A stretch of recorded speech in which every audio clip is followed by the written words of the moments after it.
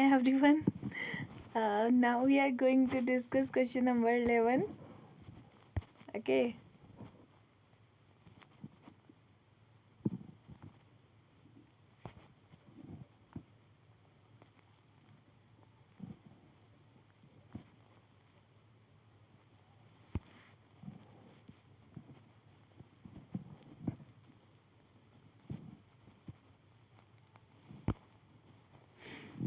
Give an account of the current. Give an account of a current status and target to achieve pertaining renewable energy sources in country. Discuss in brief the importance of national program on light emitting diodes. Okay, so give an wait a minute.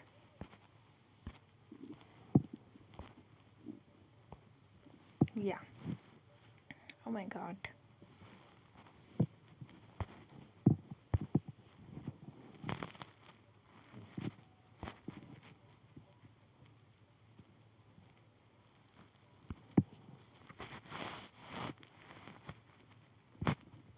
Question number 11 is there.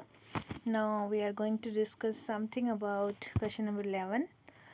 Give an account of the current status and the target to be achieved pertaining to renewable energy sources in country.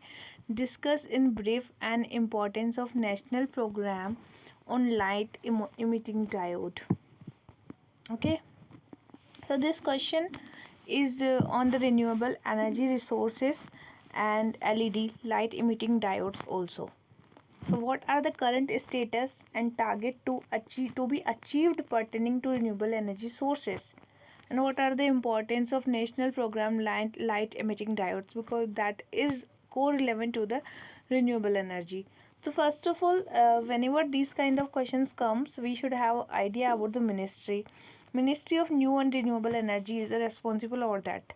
Now, what is the target of this university? Grid connected installed capacity, that is 1,75,000 megawatt by 2022. Okay, and will be comprises 1 lakh megawatt solar energy, 60,000 megawatt wind energy, and 10,000 megawatt biomass energy, and 5,000 megawatt small hydropower projects.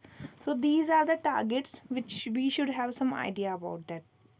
Now, currently, the grid connected installed capacity of renewable energy stand at 50,000 megawatt, of which wind energy is 28,700 megawatt. Okay, currently there is 50,000 megawatt, but what we want, 1 lakh megawatt we want to get achieved, and it should be 1 lakh 75,000 by 2022.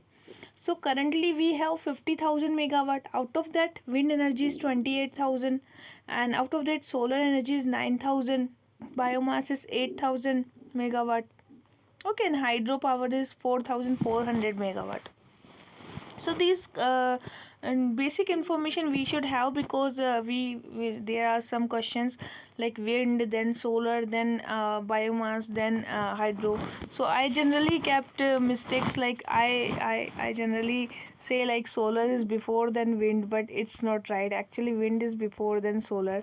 So these kind of questions, ascending and descending order, we should have some idea about that. To increase renewable energy, government has decided to set up a trading platform for clean energy to help state to buy, sell, trade renewable energy. Government will also provide 10-year tax exemption for solar energy projects. Okay, so 10-year tax exemption has also been provided for solar energy projects. And unproductive and non-arable agricultural land may be used for solar power generation. Okay, unproductive and non-arable land will be used for solar power generation also. And Prime Minister launched Prakash Path, a national program for LED based home and street lighting, or on 5 January 2015. Prakash Path was there for the light emitting diodes, national program on light emitting diodes.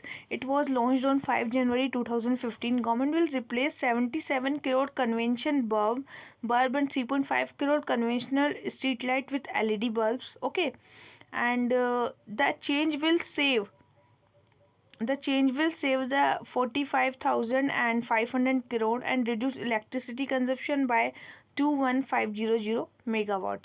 So our electricity consumption will be reduced by that, and as well as bulb consume 90% of less energy in comparison to incandescent bulb emits less CO2. Like it will emit less CO2, it will emit more light as compared to the incandescent light bulbs which we use generally, and energy saving will be there. That's why LED bulb for the Prakash Path was the project there. Now next question, discuss India's achievement in the field of space science technology, how the application of this technology has helped India in socio-economic development. India's space technology journey started with Aryabhat. Okay, Aryabhat spacecraft was the first satellite which was launched by India. India space program because it was completely designed in the country and launched from Russian facility in 1975. We launched with the help of the Russia. Okay, so that was our first satellite Aryabhat. So that was a milestone for India. Now India National Satellite System is a network of satellites that facilitate communication and broadcasting across the South Asian region. The first satellite in the series was placed into orbit 1983. National Satellite System was there and first satellite was in 1983. Now Polar Satellite Launch Vehicle was developed in 1990 and has become the Indian space mission most reliable workforce. The Polar Satellite Launch Vehicle carried out its first mission in 1993 and its first successful outing was the next year. Okay, and ISRO successfully tested reusable launch vehicle technology, demonstrate RLV technology also used by ISRO. So launching 104 satellite on the single mission, India has created history by successfully overtaking the previous records, 37 satellites launched by Russia. Okay, 104 satellite now India launched with the single mission. The Mars orbital mission Mangalyaan successfully created. Okay, Mars orbital mission was also created by India.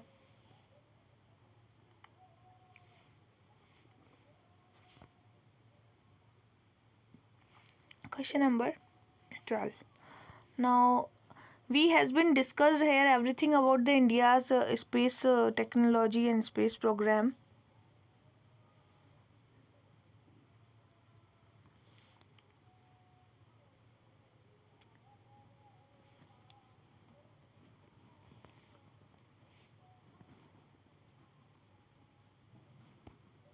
Okay, so in its maiden attempt, India became the first country to successfully complete Mars mission and also the fourth country to successfully venture into the Mars.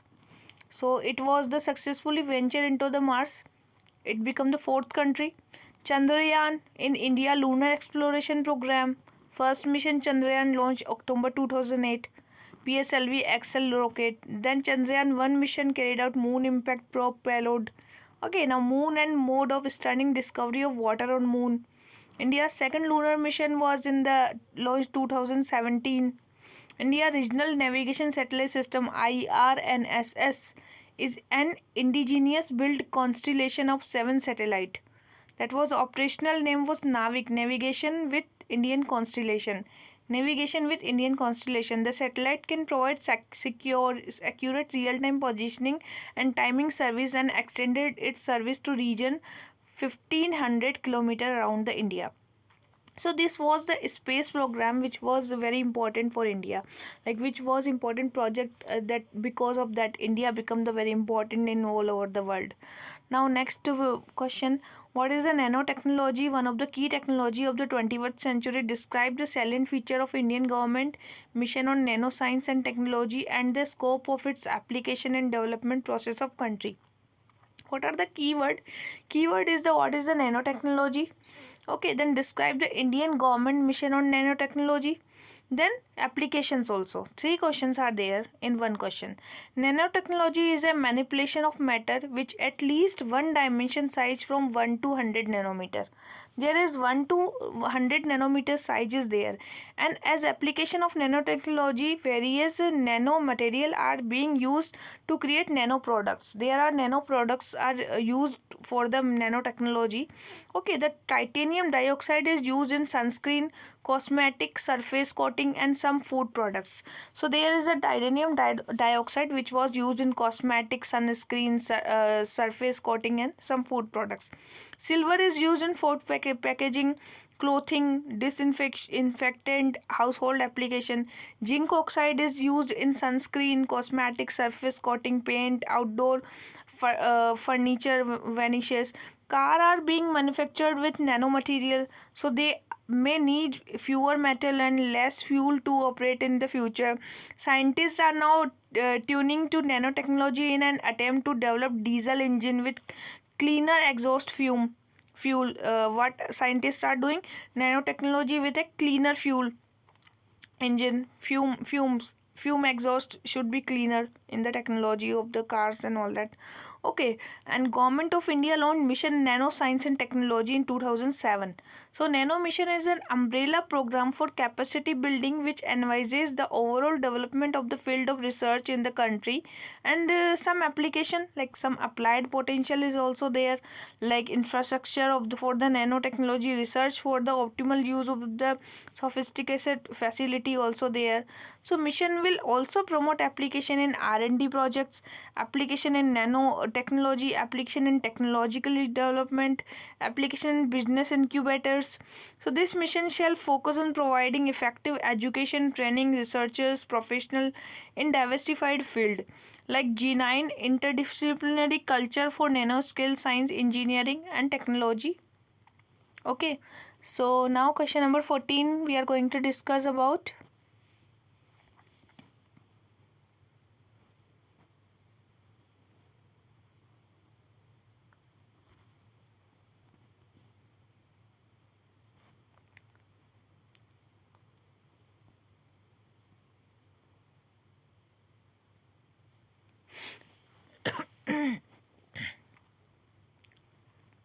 Question number 14.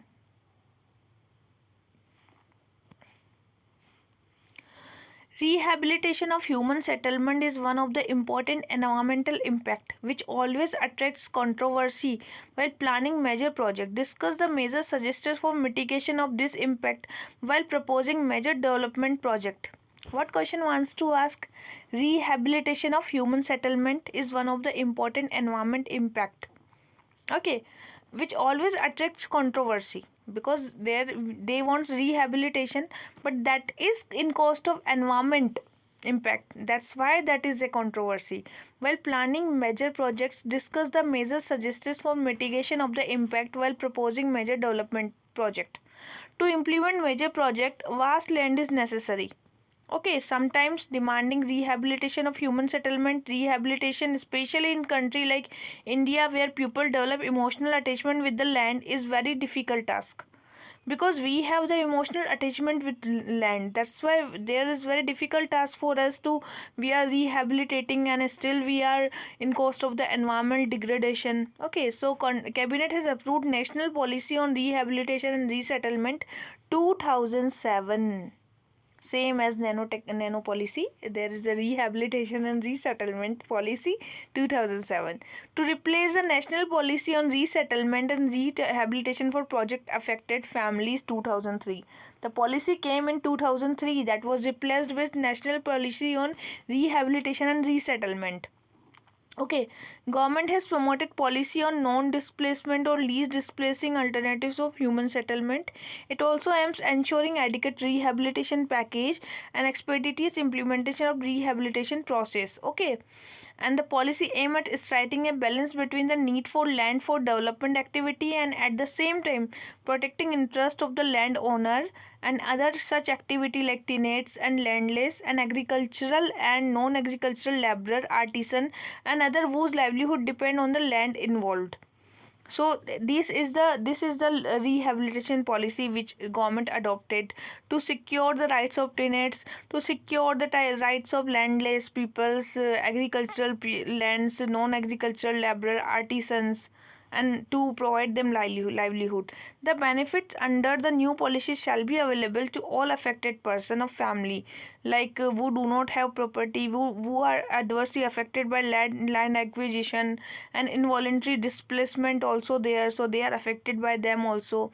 There are natural calamities also. The policy will be applicable to all these cases irrespective of number of people involved.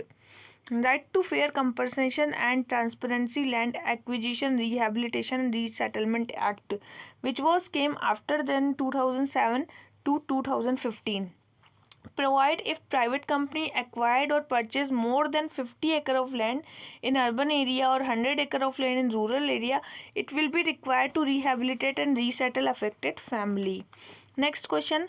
The frequency of urban flood due to high intensity rainfall is increasing over the years. Discussing the reason for urban flood, highlight the mechanism for preparedness to reduce the risk during such events. Urban flood and high intensity of rainfall is increasing over the year. Discussing the reason for urban flood and highlight the mechanism for preparedness to reduce the risk of urban flood. Okay. So recently, India has witnessed frequency occurring urban floods in Gurugram, Mumbai, Srinagar. This is new phenomena which has alarmed city planner and administrator. Loss of property can be more in urban India given the density of the population. So what the reason of urban flood? First of all, reasons are heavy rainfall. Apart from that, seasonal rainfall, like there is a seasonal rainfall, but now there is a heavy rainfall. Storms and coastal area can also be cause flood. An urban area have developed as iceland or heat, which are resultant into increased rainfall. This is changing weather pattern and due to global climate change also. That are the some reason which are the main cause of weather system disturbance in the global climatic condition.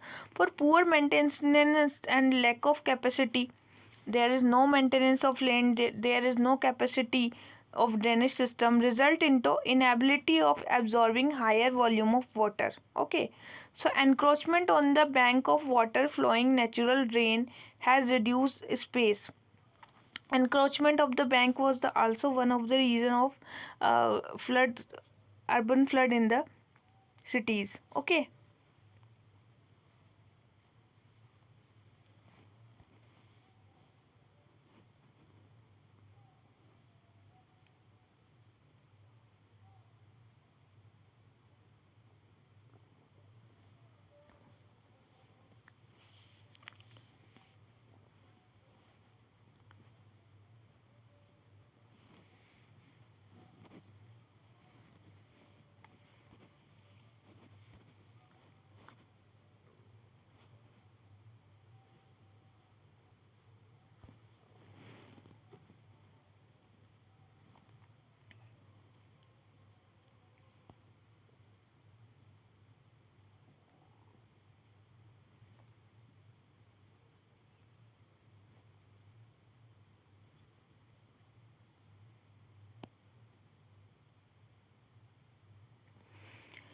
So what mechanism we should take to reduce this risk? Like first of all, improper disposal of solid waste, dumping of debris into drain also create the clogging of water in the particular space of that particular area. So mechanism of preparedness to reduce the risk. What is the risk? To reduce risk of flood, widening and silting of natural drain, delogging of water, drainage system can help in smooth flow of water. What do you want? Reduce the flood. Okay. First of all, we want widening the desilting of the natural drain, declogging of the water drainage system and help smooth flow of the water. So increasing water flow capacity in proportion to the increased population will be required. How much water capacity is there, how much population is there, so there should be a proper proportion over there. Protection and conservation of wetland, reduce impact of coastal storms. So protection and conservation of wetland should be there. Rainwater harvesting should be there. and reducing load of excess rainwater. Proper disposal of waste and regular maintenance of urban drainage system can be useful in absorbing the water flow. So proper disposal of waste and regular maintenance of urban drainage, protection and conservation of wetland and rainwater harvesting. These are the some measures we should like government should adopt to reduce the incident which are frequent during that period of time, like flood and these kind of events. Now, question number 16. With reference to National Disaster Management Authority guideline, discuss the measure to be adopted to mitigate the impact of recent incident of cloudburst in many places of Uttarakhand. Cloudburst refers to the short-term extreme precipitation of 10 centimeter or more in an hour occurring over a small period of time. What is that? That is the extreme precipitation in 10 centimeter or more. Okay, it causes heavy rain, flash flood and landslide resulting into loss of life and property. It is difficult to detect or forecast cloudbursts and therefore taking preventive measures. So very difficult because there is no better like GIS system or any weather forecasting system we have which can tell us like yeah there is a cloud burst in that particular area. So National Disaster Management Guideline System suggests taking holistic and integrated approach in case of disaster management event.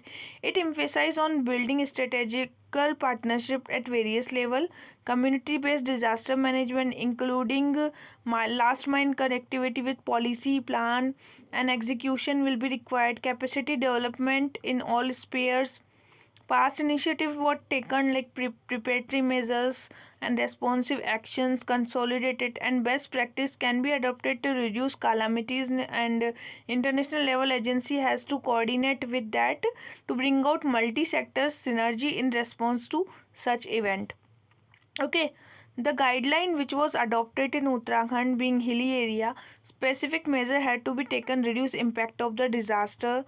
This may include hazard construction in hilly areas, prevention of encroachment of riverbed, the encroachment of riverbed, afforestation program of hilly slope to prevent landslide, solidification of hills, and alert should be there. An early warning system should be there for warn evacuation alert, medical and disaster rescue team. There should be a medical and disaster rescue team to deployed in area frequent occasion of disaster to reduce the delay in the response. Question number 17. The term hot pursuit and surgical strikes are often used in connection with armed action against terrorism attack. Discuss the strategy impact of such action.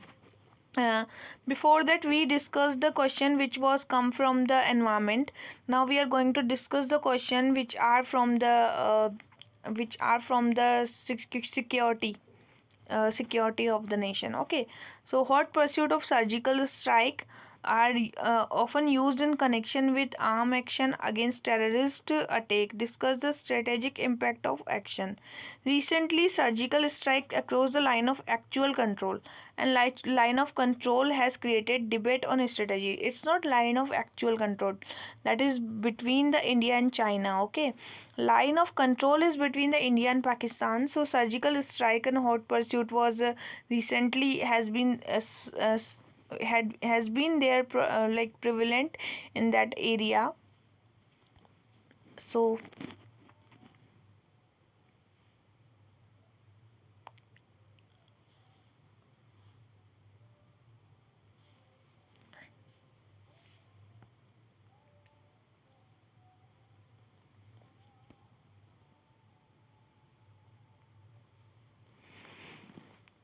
so hot pursuit hot pursuit refer to the urgent and direct pursuit of criminal suspect by law enforcement officer or by belligerent under international rule of engagement for military force. It grant more power to the officer in command than they originally have. What are the hot pursuit? Hot pursuit is the urgent and direct pursuit of criminal suspect. Okay, so law enforcement officers or law enforcement machinery should have the direct powers in their hand regarding the international rules and engagement for the military force. So it gives them more powers to command that particular area. The surgical strike is a military attack which result is in intended to result in damage to the intended legitimate military target only. It aims at not or minimum collateral damage to surrounding structure, vehicle, building or the general public. What is the surgical strike? Is a military attack which is like innocent peoples or the buildings, vehicle or surrounding structure has been damaged, or infrastructure and their utility has been damaged because of that. Okay, it can be intended legitimate military target. Okay, intended legitimate military target is called the surgical strike. So hot pursuit and surgical strike are armed action which result mostly over territory of the state, like LOC. When a criminal or private or terrorist group or armed group is not located in the territory of the state carrying out such operation, it sends a team of officers, soldiers to conduct hot pursuit or surgical strike to eliminate the threat. There are lots of conditions where like criminals are come through the territory of our country's boundary and territory. So at that particular time there is some terrorist group or armed group, they wanted it to target to our territorial sovereignty. So at particular that time the surgical strike and hot pursuit take place. Hot pursuit is also used against ship and pirates in sea, mainly carried out by navy or coast guard officers. Okay, that was also pursued in sea and coast guard officers. Such operations are strategically useful to end threat by having targeted attack.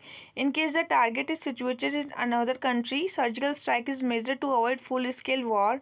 However, this violates sovereignty and the state can decide to challenge it. Okay. Now question number 18. Terrorism is emerging as a competitive industry over the past few decades. Analyze the above statement. So what is the terrorism? First of all, number of terrorist group have increased and their ideology, their followers has been increased, their operations also increased, model operandi and purpose are different from each other. Like many terrorists are there, their ideologies are different, their model operandi is different, their purpose is different. Like Al Qaeda, Osama bin Laden has been the terrorist group most famous for attack on twin tower recently. ISIS in the news, deadly attacks. Okay, so that is the terrorist attack India faced during the time.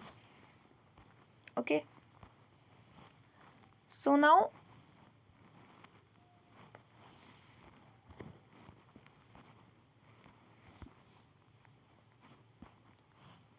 so like earlier terrorist group has been operational in the organization, recruiting fighter mainly local based and depending on funding some minor trade activity. But ISIS and some other terrorist group now own their resources by controlling territory of Iraq and Syria. So earlier there was the small groups, their small organization which was fighting for their own ideology, for their own resources, for their own local base.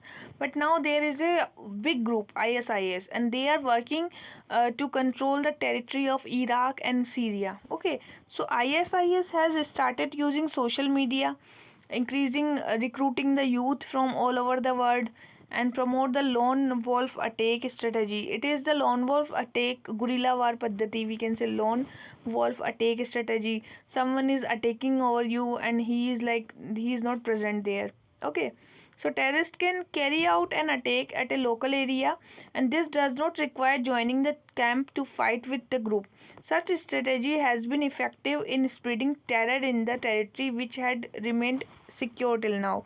Terrorist groups are now competing with each other, attempting to establish themselves in the mindset of follower. Okay, they want to spread their ideology and to gain the more fund by making themselves different from others. They can create a space for themselves. Other groups like Taliban, Boko Haram, JAM are also following their path. So it poses a challenge to the international security because terrorism become a competitor industry and attempt to expand influence can only lead to more and more bloodshed. Okay, so there are this is very competitive industry now, and this is very bigger threat for the international security. So there should be some measures to curb these kind of activities in the country. Next question. Border management is a complex task due to the difficult terrain and hostile relation.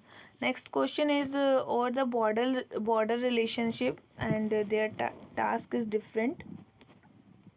Okay.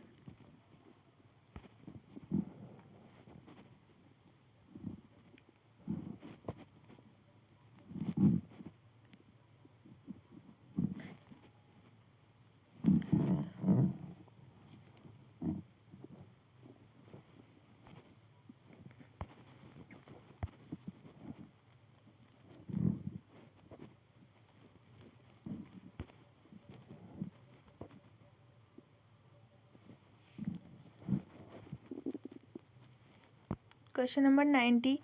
Which some countries elucidate the challenges and strategy for effective border management? This question is basically on the border management and border security and the challenges which can be reduced. Okay. So India share border with Bangladesh, China, Pakistan, Nepal, Myanmar and small portion with Afghanistan. Total area is 15,106 km. To manage such a long border creates many challenges, especially due to hostile relation with some countries. So terrain is very difficult on border area of India China, making supply and maintenance very costly. Okay, climate conditions are very bad in that area.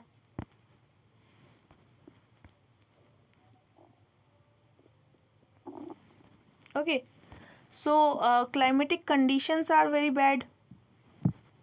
Himalaya area is harsh with pose challenges for soldiers, hostile population, lack of trust. Border area with Pakistan, there are lots of border challenges.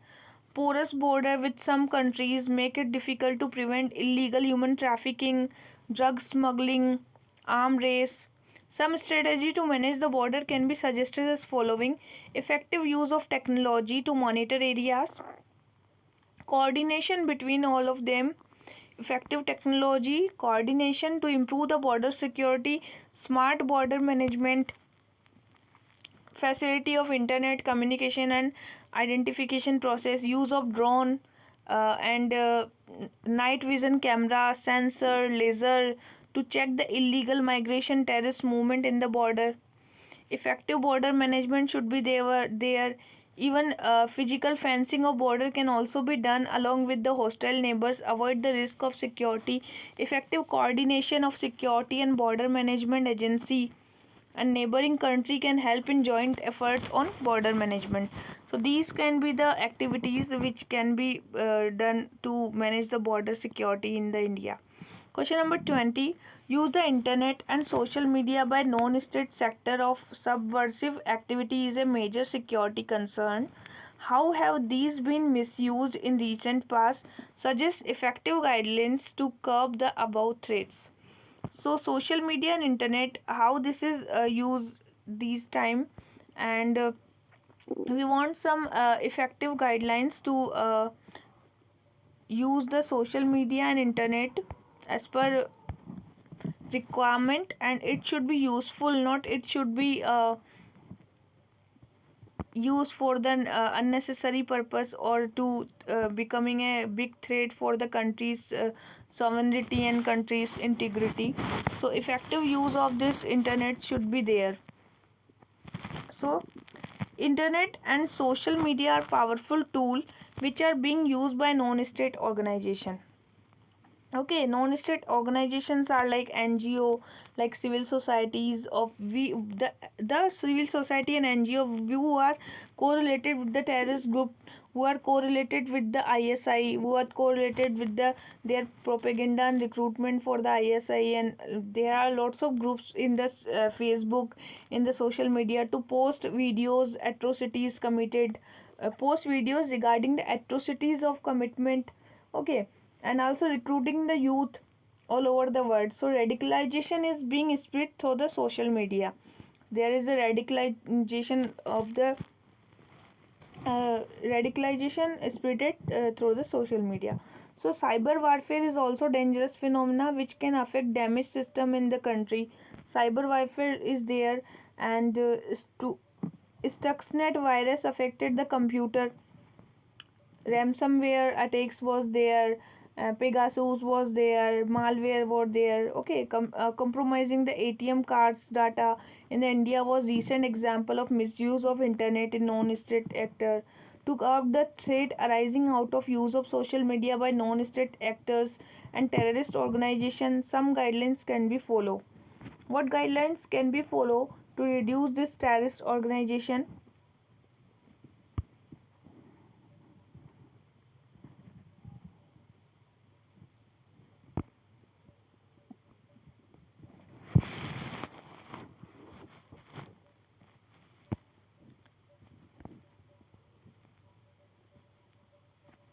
Okay, so guidelines are here, like appointment of first chief information security officer by India is a welcome step in the direction to protect the cyberspace.